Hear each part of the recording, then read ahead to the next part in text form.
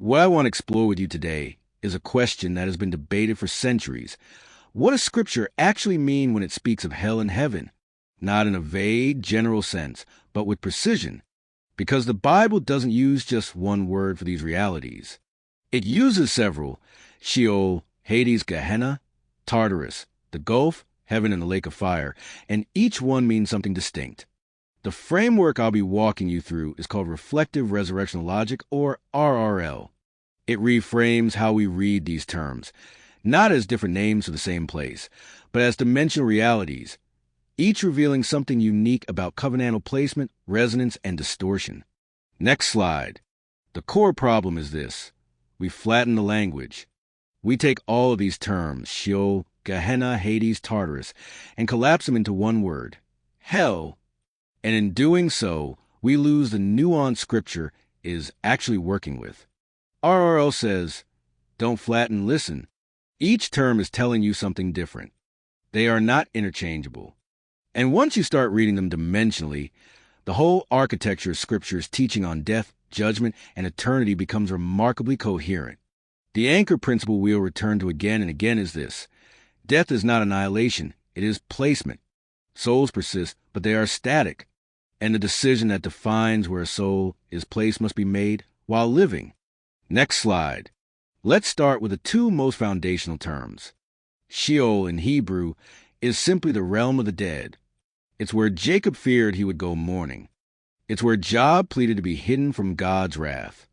Ecclesiastes puts it plainly: the dead know not anything.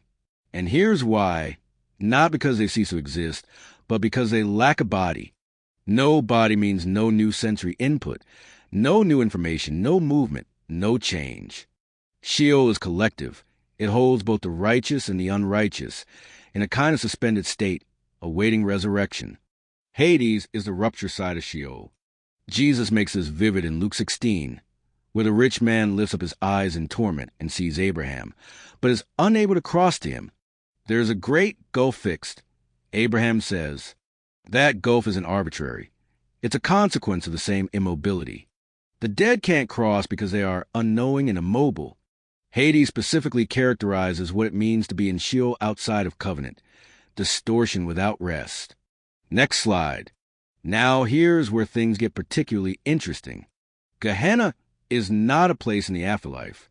It's the covenantal judgment experienced in life. Jesus says, whosoever shall say, thou fool, shall be in danger of Gehenna fire. That's not a statement about what happens after you die. That is a statement about the destructive power of contempt right now. James picks this up too. The tongue is a fire. Set on fire, Gehenna. He's not describing the afterlife. He's describing what happens when we let distortion operate unchecked in our living relationships. Gehenna reframes hellfire as the exposure and burning away of distortion when it is confronted with covenant, like refuse in a fire. The judgment is real. It can happen now. And the most clarifying verse is Matthew 10, verse 28. Fear him which is able to destroy both soul and body in Gehenna. Notice, soul and body. That only applies to the living.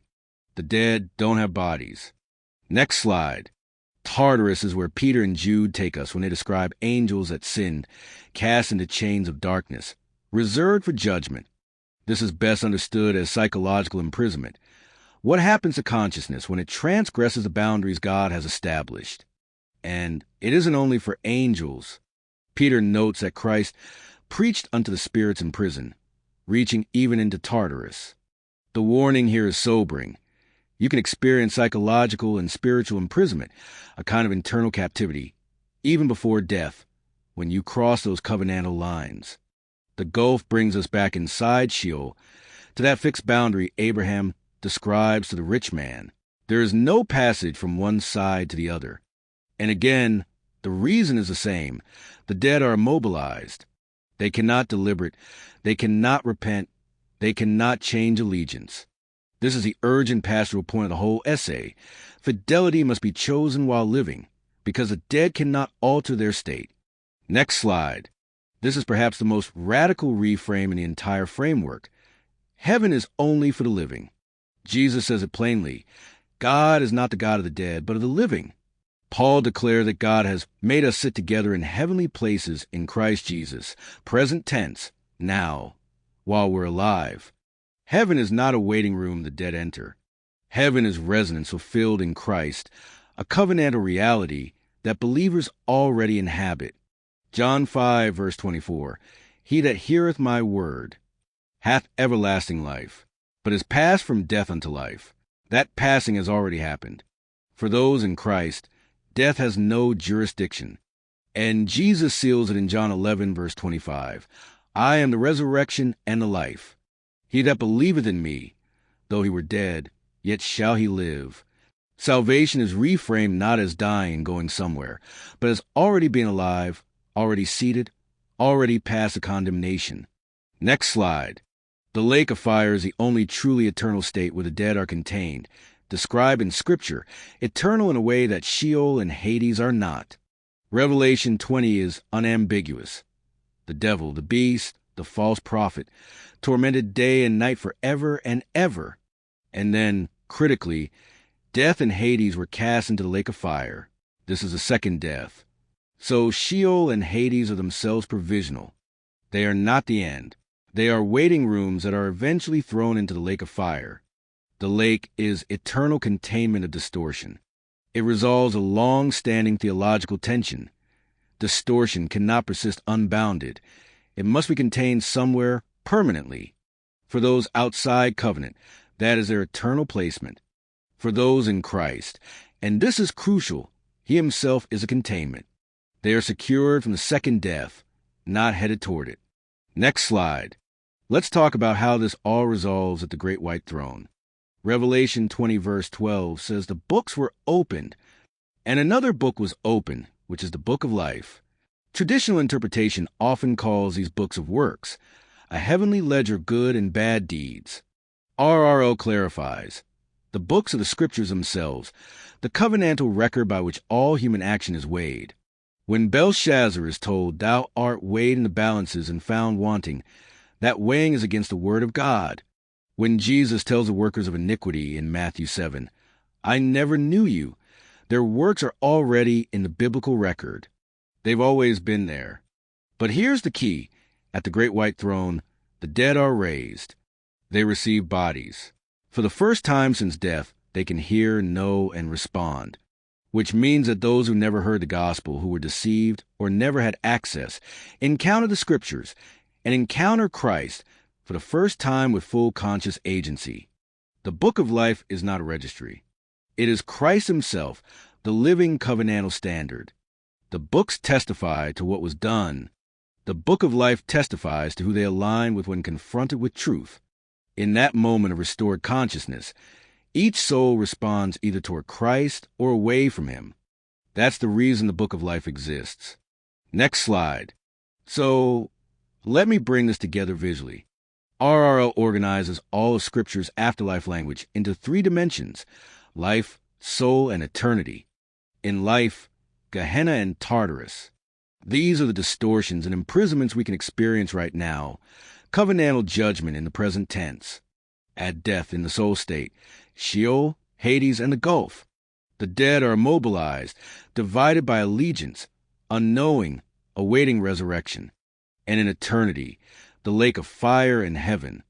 Eternal containment of distortion on one side.